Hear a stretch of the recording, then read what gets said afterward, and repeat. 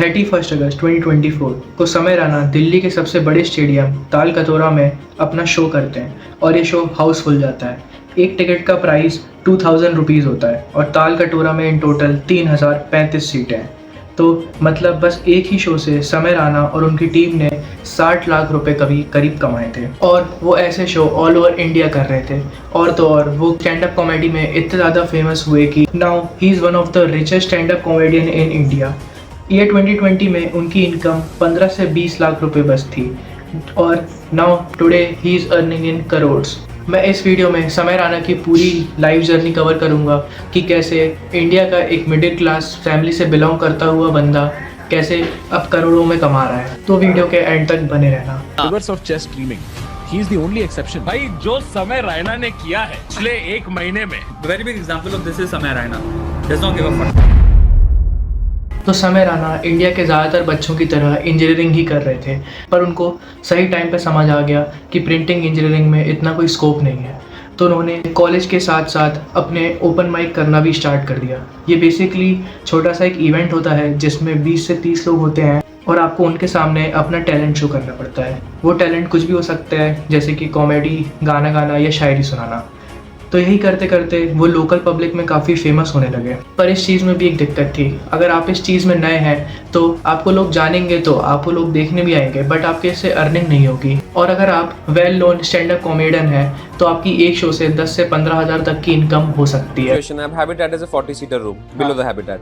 500 rupees की ticket है, कितना हो गया वो? 20,000 रुपए। 20,000 रुपए में 30% दे दो तुम हैबिटेट को, कितना हो गया वो? 14,000 रुपए टोटल। उस पे पहले 5% तुम बुक माई शो को दो, हो गए। एक और 1,000 रुपए निकल गए। ठीक है, तो अब जो बचा वो तुम्हारा। तो आप लोग समझ सकते हैं कि ये शोज पैसा कमाने के लिए नहीं होते हैं, ये बस कॉमेडियन को वायरल करने के लिए होते हैं। और आज के टाइम पे वायरल होने का सबसे आसान तरीका है सोशल मीडिया। आप इंस्टाग्राम या यूट्यूब पे ज़्यादा जल्दी फेमस हो सकते हैं। सो कमिंग बैक टू समय रैना स्टोरी, तो इन शो की वजह से समय रैना को थोड़ी रिकॉग्निशन मिलने लगी थी, बट उनके कैरियर में टर्निंग पॉइंट तब आया जब उन्होंने 2019 में कॉमिक्स्तान शो में पार्ट लिया और ये शो अमेजॉन प्राइम पे स्ट्रीम हुआ था और समय रैना उस शो के विनर थे। तो यहाँ से मिली समय रैना को नेशन वाइड रिकॉग्निशन और साथ में 10 लाख रुपए विनिंग प्राइस भी। The real money, I think, after Comicstan, like there was a series that I was a part of in comedy. Yeah. उसके बाद the real money start coming, and उसके बाद तो फिर brand deal इतना सब होने के बाद समय रैना की लाइफ का डाउनफॉल स्टार्ट हो गया। उन्होंने कॉमिक्स्तान जीतने के बाद ब्रांड डील्स भी मिली, बट फिर कोविड-19 आ गया। सारी ब्रांड ने अपनी मार्केटिंग कॉस्ट डिक्रीज कर दी और समय रैना को जितनी भी फ्यूचर डील्स थी वो भी कैंसिल हो गई। तो दोस्तों, इतना बड़ा शो जीतने के बाद भी उनकी इनकम 20 लाख से कम थी। 2018 से 20 आप कैसे पैसे कमाते? जीएसटी ब्रैकेट में नहीं आया था मैं ना तब तक। ठीक है, तो 20 से कम था तब। हाँ ठीक है, अच्छा है। तो एकदम डाइसेक्ट कर लिया। समय रैना अपनी सारी प्रॉब्लम्स लेके तन्मय भट्ट के पास जाते हैं और बोलते हैं कि भाई मैं फेमस तो हूँ पर पैसे नहीं कमा पा रहा। तब तन्मय भट्ट समय रैना को यूट्यूब पर लाइव स्ट्रीम करने का सजेशन देते हैं। तो समय रैना तन्मय भट्ट का वो सजेशन लेके यूट्यूब पर स्ट्रीम करते हैं जिसमें वो चेस खेलते हैं। फिर होता यह है कि जो समय रैना की वीकनेस थी वही उनकी स्ट्रेंथ बन जाती है। पैंडेमिक ने मेरा लाइफ बदल दिया भाई, मजा आ गया पैंडेमिक में भाई। मतलब ये बोलने लायक बात तो नहीं है, पर मैं तो वेट करता हूँ अगली वेव का भाई।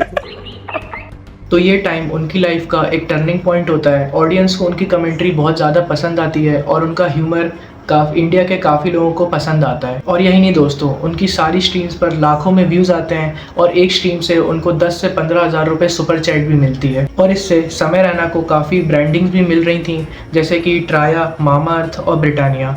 पर 2022 के एंड तक उनके व्यूज़ सिग्निफिकेंटली डाउन हो गए क्योंकि कोविड-19 ख़त्म हो चुका था और लोग अपनी लाइफ में बिजी हो गए थे।